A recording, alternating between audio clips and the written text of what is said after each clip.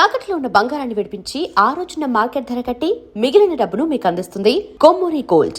ఎందుకంటే problem is not with the person, అది ఇన్స్టిట్యూషన్లో problem ఉంది. ఇద్దరిని కలిపి ఒక చోట ఉండాలి, కొన్ని నిబంధనలను భార్యాభర్తలు కాబట్టి ఇలా ఉండాలి అనే నిబంధనల నుంచి వచ్చిన సిస్టంలో ప్రాబ్లం ఉంది. It is not the people. So వ్యవస్థలో ప్రాబ్లం ఉందా? పెట్టేటువంటి వ్యవస్థలో ఓన్లీ వ్యవస్థ పెడుతున్న marriage institution is itself fundamentally flawed. So ముహూర్తాల బలం, ముహూర్తాల్లో కూడా ప్రాబ్లం ఉంది కాబట్టి అని సరికొత్త వాదన ఈ మధ్య కాలంలో వస్తుంది. సో వాళ్ళ రాశులు, జన్మ నక్షత్రాలు, ముహూర్తాలు నమ్మటం అనేది ఇట్స్ ఏ సూపర్స్టిషన్ ఆస్పెక్ట్. అది so there is no scientific backing to it. So అప్పుడు దేవుని నమ్మటం, మూఢనమ్మకాలు నమ్మటం, ముహూర్తాలు నమ్మటం అవన్నీ కూడా ఒకే కేటగిరీలో వస్తాయి. That depends on person to person. So ఇప్పుడు సరికొత్తగా నాగ చైతన్య అండ్ శోభితాకి సంబంధించి ఎంగేజ్మెంట్ తర్వాత వస్తున్నటువంటి ఆస్ట్రాలజర్స్ వీడియోలు అవి పెడుతున్నారు. మళ్ళీ వీడు విడాకులు తీసుకుంటారు, అప్పుడు సమంతతో ఏమైందో ఇప్పుడు అదే అవుతోంది. ఇలాంటి వాటన్నిటిని ఎలా చూస్తారు మీరు? సరే, అదే చెప్తున్నా. ఇప్పుడు ప్రతి ఒక్కరికి టూ బిట్ ఆఫ్ ఫేమ్ కావాలి. సెలబ్రిటీస్ గురించి వాళ్ళు చేస్తున్న దాని గురించి మాట్లాడితే మనకి వ్యూస్ వస్తాయి. ఇప్పుడు ఇలా మీడియాలో మీరు క్వశ్చన్ ఎందుకు అడుగుతున్నారు, అలాంటి టాపిక్ అతను లేపాడు కాబట్టి, అతను అది లేపాడు కాబట్టి మీరు అడుగుతున్నా, అది తనకు కావాల్సింది కూడా అదే. ఇప్పుడు దీంట్లో ముహూర్తాల ఇది ఏదైనా అవుతుందా అవ్వదా అనే దాంట్లో విన్నోళ్ళు కొంతమంది నమ్ముతారు, కొంతమంది నమ్మరు, కొంతమంది ఎంటర్టైన్గా తీసుకుంటారు. సో మన లైఫ్లో ఏం చేసినా అదే finally it comes to entertainment. So ఇప్పుడు సెలబ్రిటీల ఇళ్లలో పెళ్ళిళ్ళు అవుతున్నాయి అనుకుంటే ఎందుకని దాని గురించి అంత మాట్లాడుకునే పరిస్థితి వస్తుందంటారు? Because they're celebrity. అంతకన్నా సింపుల్ ఆన్సర్ ఏముంది? మా పక్కింటి గురించి చెప్తే ఎవరికి ఉండదు కదా. ఎవరో ఒక స్టారు, ఒక పొలిటికల్ పర్సను, ఏదో ఒక విధంగా చాలామందికి తెలిసిన మనిషి గురించి మాట్లాడితేనే ఎంటర్టైన్మెంట్ వస్తుంది. వేరే వాళ్ళతో రాదని కాదు, అది లిమిటెడ్ సర్కిల్లో ఉంటుంది. అది వైడర్ సర్కిల్ కావాలంటే you always have to target A celebrity.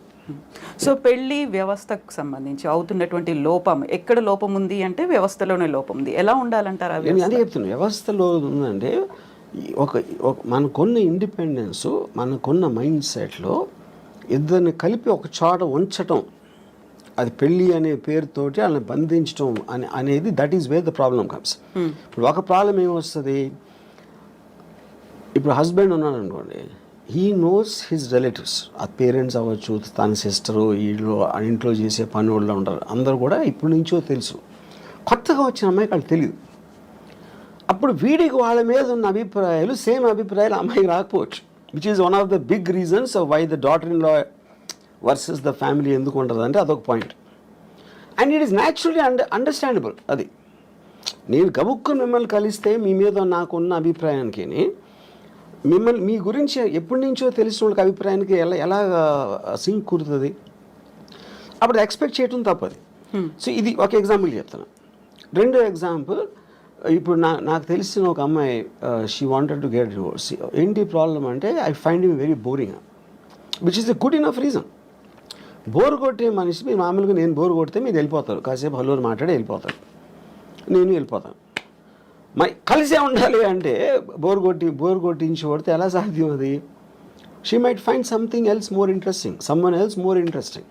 అప్పుడు మీ లైఫ్ మీకోసమే బతకాలి అని ఒక అండర్స్టాండింగ్ మీకు వచ్చినప్పుడు ఇంకొకళ్ళ కోసం నా లైఫ్, నా టైము నేను సాక్రిఫైస్ చేయను. ఆ ఇండిపెండెన్స్లోంచి వస్తుంది ఆ బ్రేక్అవే అనేది. సో మ్యారేజ్ అనేది ఒరిజినల్గా క్రియేట్ చేసినప్పుడు ఓకే, భర్త భార్య ఇద్దరు వాళ్ళ పిల్లలుగా అంటారు, పిల్లల్ని పెంచుతారు, చదివిస్తారు, వాళ్ళు ఏదో చేస్తారు. ఫ్యామిలీ ఆస్పెక్ట్ అనేది సొసైటీ కోసం చేసింది, ఇండివిజువల్ కోసం చేసింది కాదు. ఎప్పుడైతే ఇండివిజువల్ ఫ్రీడమ్ అనేది పెరగటం పెడితే ఇలాంటి ఇన్స్టిట్యూషన్స్ అని కనబలేకపోతాయి. సో ఈ పెళ్ళిళ్ళు అనేటువంటి వ్యవస్థ లేకుండా ఈ మధ్య కాలంలో వచ్చినటువంటి లివ్ ఇన్ రిలేషన్, దాంట్లో కూడా గొడవలు అవుతున్నాయి, దాంట్లో హ్యాపీగా విడిపోతున్నారు. కరెక్ట్. ఇప్పుడు పెళ్ళి అనేది వేరే వాళ్ళకి చెప్పడానికి, లివ్ ఇన్ రిలేషన్షిప్ అనేది వాళ్ళిద్దరికి ఉన్న పర్సనల్ ఆస్పెక్ట్. అది దట్స్ ఓన్లీ డిఫరెన్స్. యూనో, ఇక దాంట్లో లీగల్గా ఎన్ని ఇయర్స్ ఉంటే అది వ్యాలిడ్ ఉంటుంది, ఇది అది అని. కొట్టుకుంటాం అనేది ఎలా జరుగుతుంది? మీరు అసలు ఇద్దరు ఒక చోట ఉంటే కొట్టుకోకుండా ఉండలేరు. అంటే ప్రెషర్ ఆఫ్ అది ఏమంటుంది, expectation more than anything else. Yeah. So ఇలాంటి ఇష్యూస్ రాకుండా ఉండాలంటే understanding is the better way అంటారు. అడ్జస్ట్మెంట్, అండర్స్టాండింగ్ అనేది ఈజీ చెప్పటం.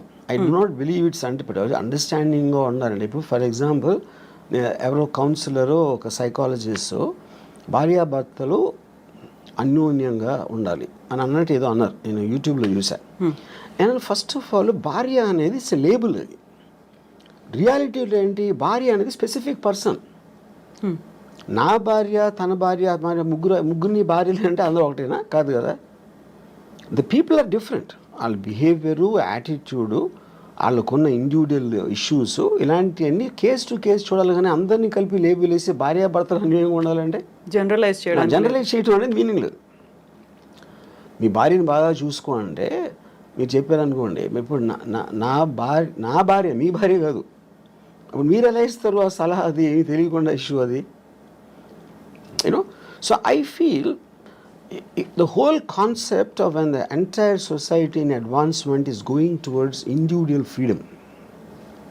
నా ఇష్టం వచ్చినట్టు నేను బతుకుతాను, నాకు హ్యాపీనెస్ వచ్చింది నేను చేస్తాను అనుకున్న ఎవ్వరూ కూడా they can't be in the relationship unless one person completely compromises.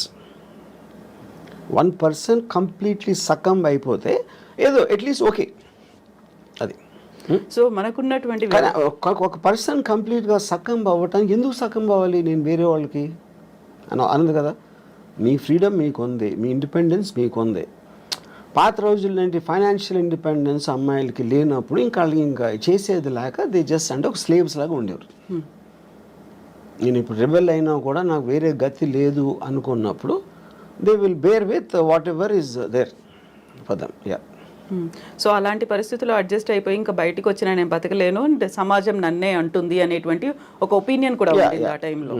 But ఇప్పుడు మనం ఉన్నటువంటి సమాజం కావచ్చు, మన వ్యవస్థలో ఒంటరిగా ఉంటే భవిష్యత్తు ఏంటి, ఆ తర్వాత నెక్స్ట్ ఎవరు చూస్తారు? ఒక ఫ్యామిలీ అయితే పిల్లలు చూస్తారు, లేకుంటే రిలేటివ్స్ చూస్తారు, భార్య చూస్తుంది, భర్త చూస్తాడు, ఇలాంటి బోల్డ్ అని కాన్సెప్ట్స్ పెట్టుకొని అడ్జస్ట్ అవుతున్న వాళ్ళు ఉన్నారు. మన ఫ్యామిలీల కన్నా పనులు బాగా చూస్తారు, నర్సులు బాగా, ఎందుకంటే జీతం తీసుకుని వాళ్ళ పని ఏమేం కావాలని చేస్తారు. పిల్లలు బాగా చూసుకుంటారా అనేది మనకి ఎప్పుడు బడిపంతుల సినిమా బ్లాక్ అండ్ వైట్ డేస్లో వచ్చింది, అక్కడి నుంచి కూడా లేదు, అది ఎవరు నమ్మరు. ఫస్ట్ భార్య బాగా చూసుకోవడం అనేది ఆబ్లిగేషన్ క్రియేట్ అవుతుంది. నేనే అన్నీ చూసుకుంటున్నాను, మీకు ఇన్నాళ్ళకైనా నా వాల్యూ తెలిసిందా అని నష్టపెట్టి చంపేస్తారు. అప్పుడు ఆ గిల్ట్ ఫీలింగ్ చచ్చిపోతాడు. అసలు అతనికి వచ్చిన వేరే జాబ్ అయితే ఇలాంటి ఆస్పెక్ట్లో. I'm just taking it a little jocular. But నా పాయింట్ ఏంటంటే, నేను ముసలోడిని అయినప్పుడు నాకు చూసుకోవటానికి ఎవరో ఒకళ్ళు ఉంటారా అనే రీజన్ తోటి భూమి మీద ఎవడో పెళ్లి చేసుకోడు. ఆ రీజన్ తోటి ఏదో ఎప్పుడు 20, 30, 40 సంవత్సరాల తర్వాత వచ్చే ప్రాబ్లమ్ని దృష్టిలో పెట్టుకుని. ఇప్పుడు ఫ్యామిలీ అంటే ఫ్యామిలీలోనే చాలాసార్లు గొడవలు అవుతాయి, బ్రదర్స్ మధ్యన ఉంటాయి. మనం చెప్పుకొని అనిల్ అంబానీ ధీరుభాయ్ అంబానీ కొట్టుకుని చచ్చిపోయాడు. అప్పుడు ఇంక ఫ్యామిలీ ఏంటి మీనింగ్? ఫ్యామిలీలోనే అసలు మీకు మ్యాక్సిమం ప్రాబ్లమ్స్ ఉండేది ఫ్యామిలీ వల్ల, బయట ఉన్న వల్ల ఉండదు. ఫ్యామిలీ వల్ల ఎందుకు ఉంటుందంటే మీకు బాగా తెలుసు, అక్కడి నుంచి బిట్రేలు వస్తే మీరు తట్టుకోలేరు, దాని నుంచి ఈ పక్కన మా మదర్ వీళ్ళందరూ సర్ది చెప్పడానికి మొత్తం అన్నీ జరుగుతాయి. అందరు ఫ్యామిలీస్ ఉంటాయి కదా. ఫ్యామిలీ డిస్ప్యూట్స్, ఫ్యామిలీ కోర్ట్స్లో ఉన్నంత రష్ ఎక్కడ ఉండదు. యా. సో ఫ్యామిలీ మీ ప్రాబ్లమ్స్ క్రియేట్ చేస్తుంది అనుకుంటాం కన్నా బుద్ధి తక్కువ పని ఉండదు.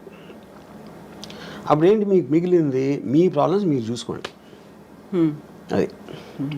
అయితే ఇక్కడ మనస్తత్వాల వల్ల అభిప్రాయ భేదాలు వస్తున్నాయా, లేకుంటే దేని వల్ల వస్తున్నాయి అడ్జస్ట్మెంట్ అనేది లేకపోవడం వల్ల?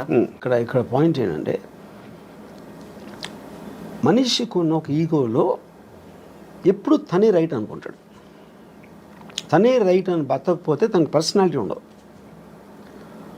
అప్పుడు భార్య చేసే దాంట్లో తప్పులు పడటం, అదే భార్యకి భర్త చేసే దాంట్లో తప్పులు, అదేంటి అలా చేశారు, అదేంటి ఇది అంటే కాన్స్టెంట్గా మీరు చేస్తున్న దానికి క్వశ్చన్ చేస్తున్నారు, ఒక ప్రెషర్ పెడుతున్నారు, లేకపోతే తిడుతున్నారు. ఇలాంటివి చేస్తున్నప్పుడు ఆటోమేటిక్గా you want to break away from that kind of any kind of A force. A human being wants to break away from force. ఆ ఫోర్స్ మీరు ఎమోషన్ నుంచి వచ్చిందా, ఫిజికల్గా వచ్చిందా, లేకపోతే సొసైటీ పరంగా వాళ్ళ అంటే చుట్టూ ఉన్న వాళ్ళు ఏమనుకుంటారు, లేకపోతే పేరెంట్స్ ఏమనుకుంటారు, ఇలాంటి రకరకాల ఆస్పెక్ట్స్లోంచి ఆ ప్రెజర్ ఉంటుంది. అది కొంతమంది సక్కంబయి ఇంకా ఇంకా చచ్చినట్టు అలా బతికేస్తూ ఉంటారు. చాలామంది ఇష్టం లేకుండా బతుకుతారు, ఇష్టం లేకుండా సంసారం చేస్తారు. అందుకని మీకు పెళ్లి మీద అన్ని జోకులు ఎందుకు ఉంటాయి ఎప్పుడు? Because of that you know.